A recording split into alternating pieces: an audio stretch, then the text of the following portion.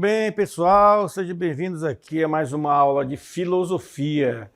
Eu sou o professor Luiz Cláudio, sou professor de filosofia aqui do Centro de Mídias e acompanhem comigo aí então o conteúdo dessa aula. Então nós estamos aqui na aula de número 4, cujo objeto do conhecimento é o método socrático. Vamos falar da ironia e da maiêutica.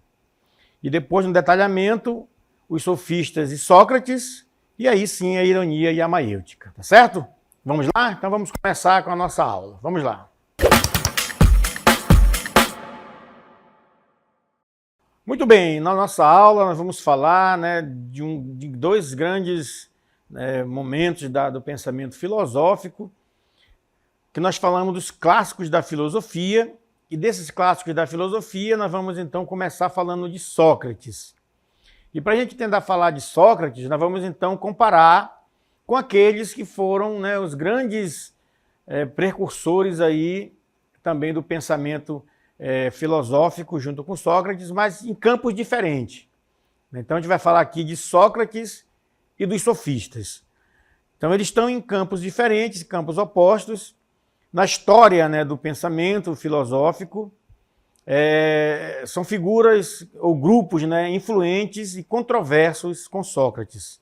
No caso destes, eles tiveram um papel fundamental no desenvolvimento do pensamento filosófico na Grécia Antiga.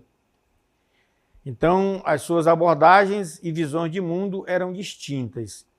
Então, tanto Sócrates como os sofistas eram grandes filósofos. O problema é que Sócrates, ele tinha uma maneira de trabalhar a filosofia. E os sofistas, eles tinham uma outra visão de trabalhar com a filosofia no meio ali da juventude. Então, o papel deles eram diferentes numa abordagem do pensamento filosófico. Que é o que nós vamos acompanhar para a gente entender, então, essa diferença aí. Então, vamos lá. Sócrates e os sofistas. Vamos, então, entender agora um pouco o contexto da filosofia na Grécia Antiga. Como é que se deu, então, esse contexto aí da filosofia?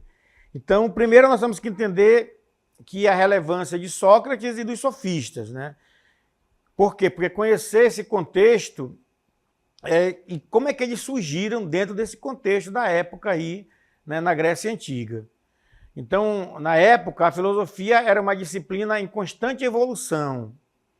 Então, Sócrates e os sofistas representavam, portanto, então, essas diferentes abordagens para os questionamentos filosóficos. Então, eram grandes pensadores, eles tinham a sua importância. Agora, com abordagens opostas, com abordagens diferentes. Sócrates, ele buscava o quê? Ele buscava a verdade absoluta e universal. Então, ele tinha um compromisso com o conhecimento. Tanto é que ele tem aquela grande frase, que todos nós conhecemos, só sei que nada sei, que quer dizer justamente isso. Ele está buscando a verdade, ele está buscando o conhecimento. E já os sofistas, de uma maneira oposta ao Sócrates, eles se dedicavam ao ensino da retórica e da persuasão, defendendo, então, a relatividade do conhecimento.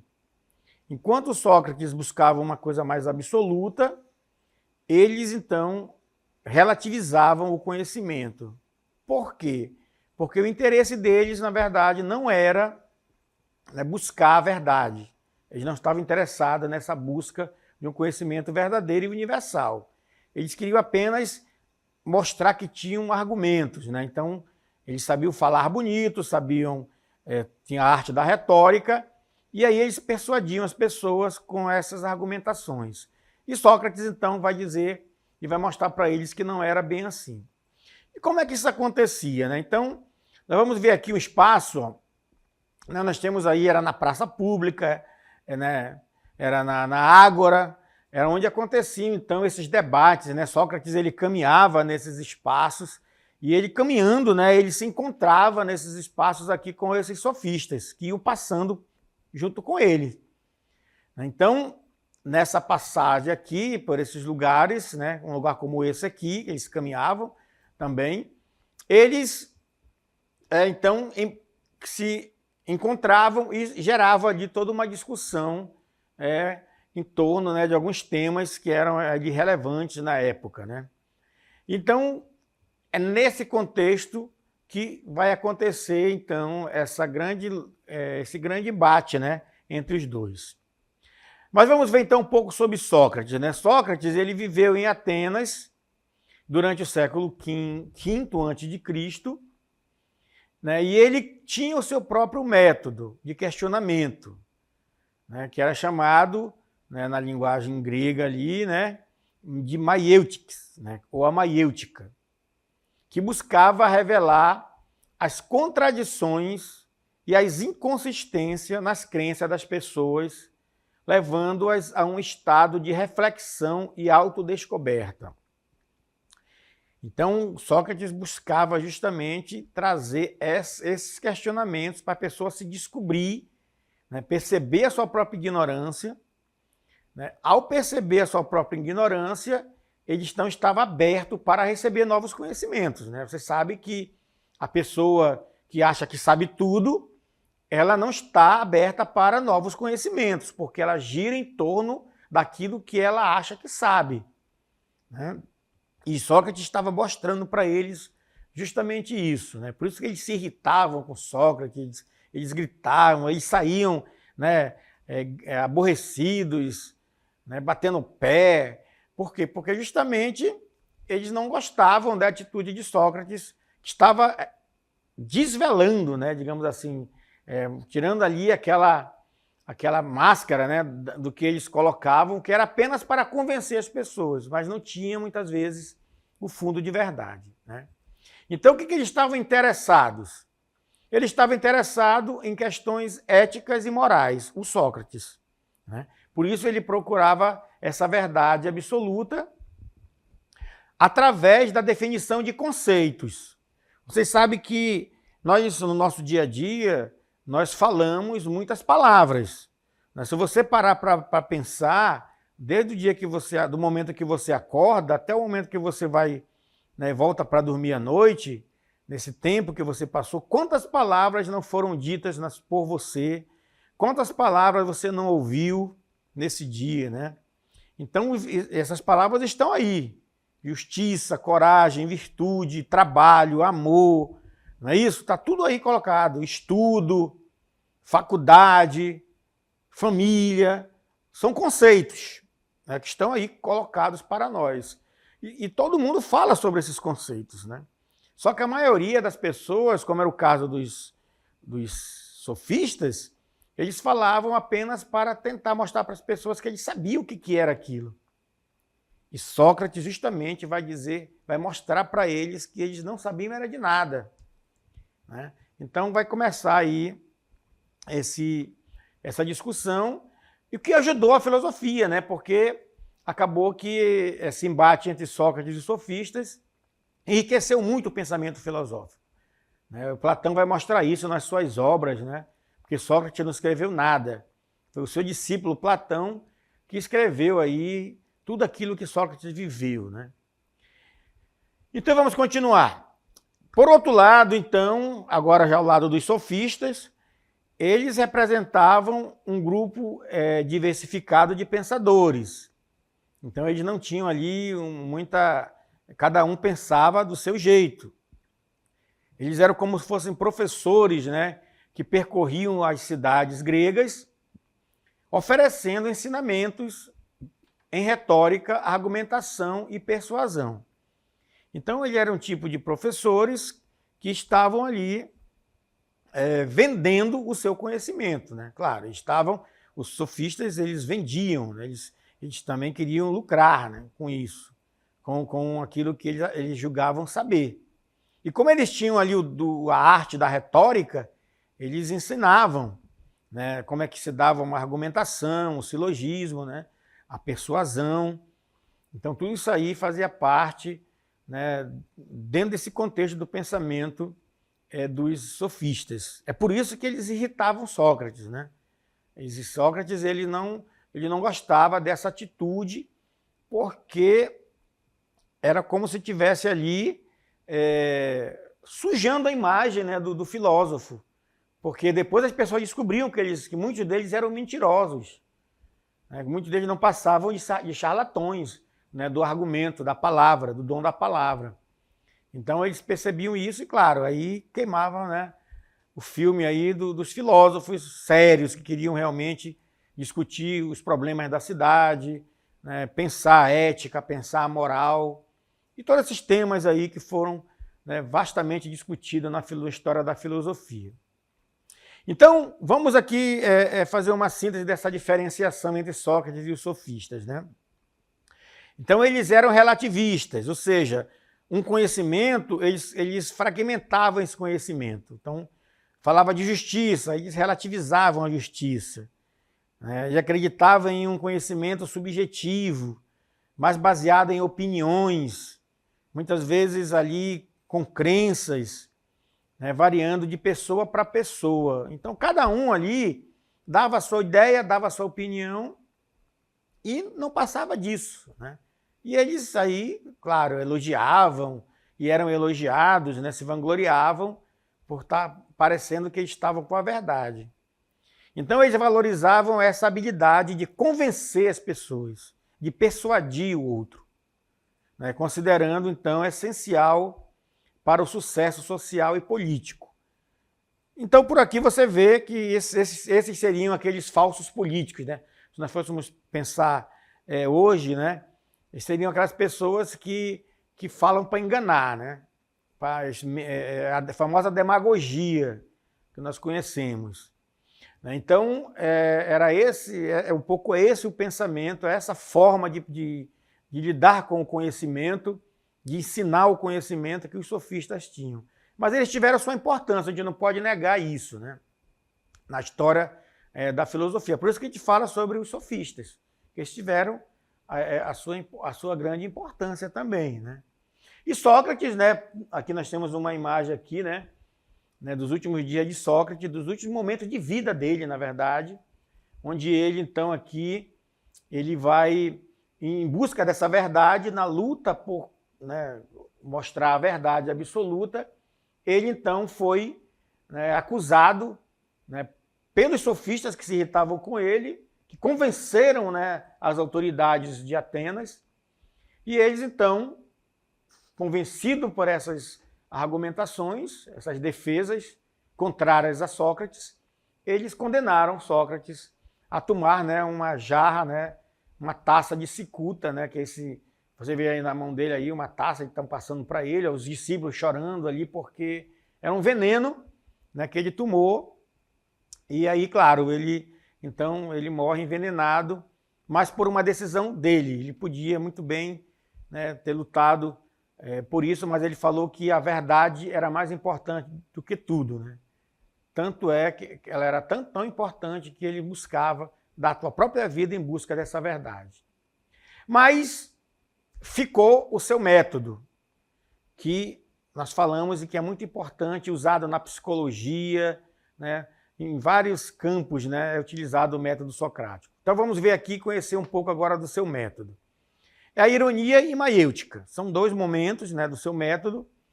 Sócrates, então, ele vai ser considerado o pai da filosofia, apesar de ele não ter sido o primeiro, né? Nós sabemos que foi o Tales de Mileto, né, que veio com a ideia do princípio originário, e Pitágoras, que criou mesmo a ideia ali, né? Então nós temos aqui uma das características marcantes que ele buscava, então, era o conhecimento acima de tudo. E para chegar a esse conhecimento, ele desenvolveu o seu método, que é chamado de método socrático. Qual era o objetivo desse método? Era justamente questionar as crenças habituais do interlocutor. Os sofistas, eles valorizavam, supervalorizavam essas crenças. Sócrates não, ele questionava essas crenças, né, para em seguida ele reconhecer a sua própria ignorância. A pessoa, então, era questionado sobre essas crenças, ele percebia que havia uma ignorância ali e ele corria, então, atrás do conhecimento verdadeiro que Sócrates, então, apontava para ele. E aqui ele dava aquele salto, né, da doxa, que é a opinião, para a episteme, que é o conhecimento. Então aqui nós vamos ter, então, os dois momentos do método socrático, que é justamente aqui ironia e maiêutica. Essa lâmpada não está aqui à toa. Maiêutica, né, é dar a luz, clarear o ambiente. Aqui nós estamos falando do conhecimento. Então, como é que funcionava esse método dele aí? Vamos conhecer agora um pouco, um passo a passo aqui depois. Olha, Sócrates, ele considerava que somente após afastar a falsidade é que a verdade pode emergir. Claro, então ele começava então aí a questionar e investigar, né, as suas propostas, e para que ele pudesse então questionar e investigar, ele então se utilizava da ironia e da maiêutica. Vamos começar aqui por esse momento, ó, o momento da ironia. A primeira parte do método chama-se ironia. Por quê? Vamos ver aqui, ó. Porque a ironia, então, não era gozar das pessoas. A gente fala assim, tu é irônico, né? Tá gozando das pessoas, tirando onda, né? Não é isso. Era justamente perguntar, fingindo não saber. Isso era ironia. Então, ele vinha ali, né, nesse diálogo, ele possuía, então, esse viés negativo das preconcepções, dos pré-julgamentos e dos preconceitos. Toda pessoa vem carregada disso, né, quando vem com um argumento. E ele, então, ia desmontar, através da sua ironia, ele desmontava tudo isso aí. Né? Então, a ironia, então, ela vai, através da ironia, ele fazia essa jogada de perguntas, esse jogo de perguntas, como se ele não soubesse de nada. Né? Ele fazia como se não soubesse de nada. E como é que, então, acontecia isso aí? Então, vamos ver aqui um passo aqui. Ó. Na etapa da ironia, ele fazia perguntas ao interlocutor e a ideia era que ele compreendesse que aquilo que julgava conhecer não passava de simples opinião. Então, era uma interpretação parcial da realidade. Aí Sócrates, então, abriu o olho, né, da pessoa. Pô, para aí, justiça não é isso? Não é só isso? Então, ele começava a jogar esses questionamentos para a pessoa. E a pessoa já ficava, né, numa posição de alerta, de que tinha mais coisa para ele aprender. Né? Então, como é que ele fazia? Sócrates defendia o quê? Ele defendia que o não conhecimento, né, que a gente vai ver, ou a ignorância era preferível ao mau conhecimento. Olha o que ele dizia, é melhor ser ignorante do que ter um mau conhecimento. E isso, pessoal, é fundamental até hoje. Né? O ignorante, ele é aquela pessoa que vive na ignorância, mas ele está na ignorância muitas vezes até porque não teve recurso, porque não teve acesso a certo tipo de conhecimento. Mas o mau conhecimento é alguém que teve acesso e usa mal aquilo. É como você ter um carro. Você teve acesso, né, a um carro, mas se você usar mal, você pode fazer mal para as pessoas. Né? Então é pior do que ter... O ignorante, ele não vai nem mexer no carro, porque ele não sabe. Então as perguntas de Sócrates levavam então esse interlocutor a perceber que não estava seguro de sua crença. Então ele balançava logo a pessoa. Então ele dava uma sacudida e a pessoa percebia, opa, né, eu não estou muito seguro não. Por quê? Porque ele não tem perguntas que ele não sabia responder. Então aí ele começava a entrar naquele processo de reconhecer a sua própria ignorância. Né, de parar e dizer, opa, né, eu sou ignorante nesse campo aqui. E olha só, através da ironia, reconhecer a sua ignorância, então já estava aí praticamente o caminho aberto para que ele pudesse então entrar para a segunda fase do seu método, que é a maiêutica, né? Que é justamente essa luz. E a maiêutica ela é importante porque está ligado com a própria vida do Sócrates, com a própria vida cotidiana dele. Né? A mãe dele era parteira. Né? Então, maiêutica é dar à luz. Né? Então, maiêutica, a mãe dele era parteira, ela fazia parto na cidade. de Atenas, né? Daquelas mulheres grávidas, viu até a mãe dele, e ele observava, né? Desde pequeno, ver a mãe dele fazendo aqueles partos, e ele então colocou para ele também essa questão da maiêutica. Mas por que maiêutica? O que tem a ver com parto, né? Com a mãe dele ser parteira? Vamos ver aqui. Então, ele vai prosseguir com as suas perguntas, né? Ele está sempre perguntando, filosofia é pergunta, é questionamento, é interrogação, é interrogar-se, mas agora o seu objetivo é outro. Não é só fazer ele se questionar, perceber a sua ignorância, porque ele já percebeu. Agora é que ele vai chegar a uma conclusão segura a respeito daquele assunto, que então ele estava em dúvida, que ele foi colocado em dúvida. Então, o interlocutor, ele vai começar a construir o seu próprio conceito. Isso, pessoal, é filosofia. Isso é filosofia. É você pegar uma ideia, um conceito, e a partir daquele conceito, você vai transformá-lo com a sua ideia, porque você elaborou, porque você percebeu que existem formas de pensar diferente de uma forma relativista. Ah, a minha forma é essa, a tua é essa. Não, existe uma forma de pensar lógica, racional. Então, ele vai, com a maiêutica, fazer com que a pessoa fique transparente para ele certo tipo de conhecimento, fique mais claro para ele, que é a luz, né? Parto é dar a luz, não é isso? Então é interessante a gente ter presente que maiêutica, para Sócrates, quando ele pega a questão do parto, não é mais dar luz a uma criança, é dar a luz ao conhecimento. Né? Nesse sentido que o Sócrates entendia aí. E aqui nós vamos ver um pouco sobre isso, ó, que uma curiosidade, né? Então, a mãe dele, a Fainarete, ela era parteira, então, maiêutica, parto, identificando semelhança entre as suas atividades e as de sua mãe. Ele percebeu que ele também fazia partos, né? Partos entre aspas.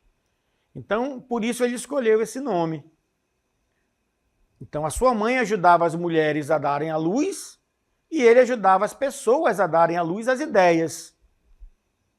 Então, uma dava à luz às crianças, que a mãe dele ajudava, e ele ajudava as pessoas a darem à luz às ideias. Isso não é interessante? É muito interessante. Então, aqui a gente pode ver... Então, uma coisa importante de pensar nessa fase é que só pode dar à luz uma mulher que está grávida, não é verdade? Uma mulher que não está grávida, ela não vai dar à luz a uma criança porque ela não está grávida, não tem uma criança. E Sócrates pensava assim, só pode dar à luz ao pensamento, à ideia, se você estiver grávido de conhecimento. Ou seja, grávido de desejo de buscar conhecer. Então não adianta você dizer, mas se o cara não quer conhecer, ele quer ficar na ignorância, então ele não é fértil, né, para engravidar de vontade de conhecer, de saber mais. Então não dar à luz. Então não conseguia dar à luz ao novo conhecimento. Os sofistas ficavam presos na sua própria ignorância. Aqueles que estavam grávidos de saber, que seguiam Sócrates, iam dando à luz a novos conhecimentos, a novas ideias. Não é interessante isso? Então, pessoal, agora nós vamos ver então aqui algumas coisas ligadas com as etapas, né, do método socrático, que a gente vai dividir aqui em 7 estágios. Né, em 7 estágios. Primeiro, ele identifica que as questões filosóficas em uma conversa cotidiana. Então, não era qualquer conversa, né? Quando havia uma reflexão. Então, o primeiro estágio é identificar a questão. Qual é o tema da discussão? Tá. Ele detectava isso. Estão falando de justiça. Estão falando da verdade. Estão falando da beleza, da ética. Ele discutia isso, o tema. O segundo é isolar esse termo-chave. Então, Sócrates geralmente fazia perguntas sobre algum conceito moral usando em qualquer conversa como justiça, virtude, coragem. Então ele isolava aquele tema da discussão e ele fazia uma pergunta moral. Isso é certo? Isso é errado? Isso é ético? Você tem certeza que isso é verdade? Né? Você não ouviu um boato, uma fofoca? Então ele vai então isolando o tema e vai questionando através de conceitos morais. O terceiro ponto, ele vai afirmar o quê? Não saber nada. Então ele chega como naquela atitude de ignorância. Nós falamos, ignorante é diferente de mau conhecimento. O ignorante, pelo menos, ele pode saber, porque ele é ignorante, né? Mas ele pode se abrir para saber. Então ele finge que não sabe e pede ajuda do seu interlocutor. Mas o que é mesmo a justiça? Ele pede ajuda, eu não sei, eu quero saber. Então o ponto de partida de Sócrates era colocar na posição de alguém que não sabe e que quer aprender, ou seja, grávido de sabedoria. Né? Esse sim está grávido de saber. O quarto ponto, ele vai pegar o interlocutor dele e vai propor uma definição do termo-chave. Nós falamos muito de justiça, mas o que é a justiça para você? Conceitue a justiça. E vai debatendo dentro do contexto da época dele lá, da política do tempo dele.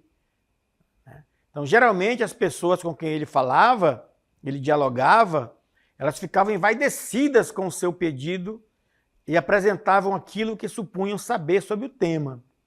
Por que envaidecido? Porque Sócrates era famoso, né, na Grécia. Todo mundo sabia do seu papel, do seu prestígio, da sua importância, da sua seriedade.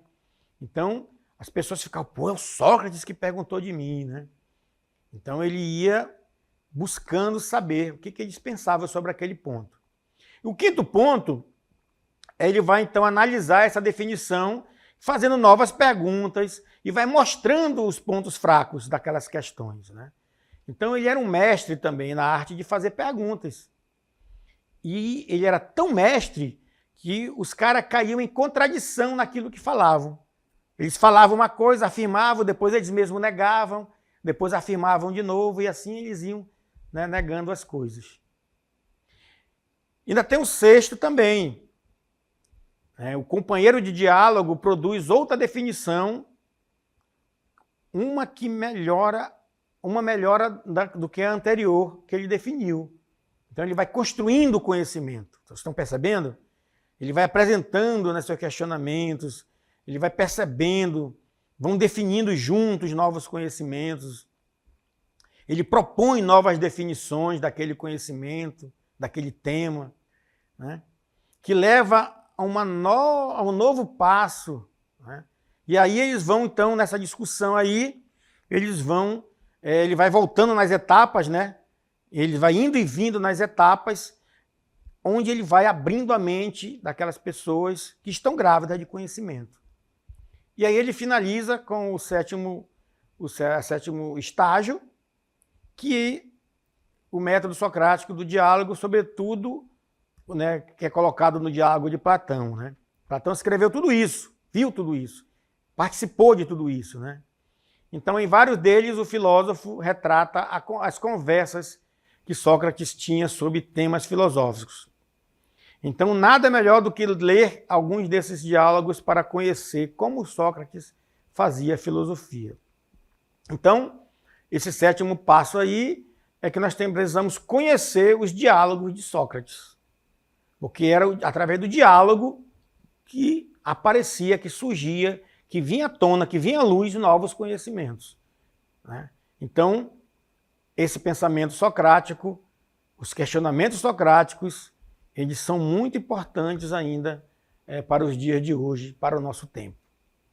Tá bom, pessoal? Tranquilo? Então, até a próxima.